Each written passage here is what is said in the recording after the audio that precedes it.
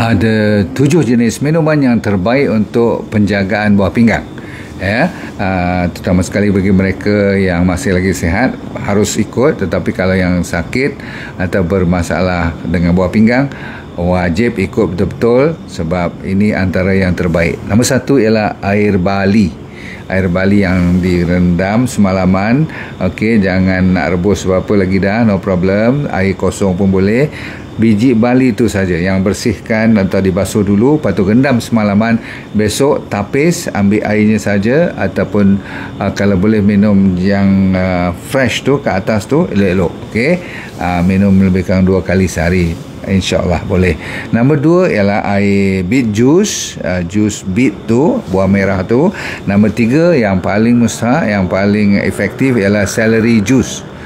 Jusnya saja pure, tidak campur air, tidak apa-apa, pegah betul-betul. Ambil jusnya lebih kurang 200-300 ml pagi, 200-300 ml petang. Minum elok-elok. Lepas tu Arabic gum, buat minuman Arabic gum, very good. Lepas tu green tea ataupun black tea pun boleh. Lepas tu kopi, boleh. Semua ni, tadi tea atau kopi, tidak ada gula langsung. Okay? Minum dia, no problem. Dan akhir sekali ialah plain, clean, alkaline water, maksudnya mineralized alkaline water. Jangan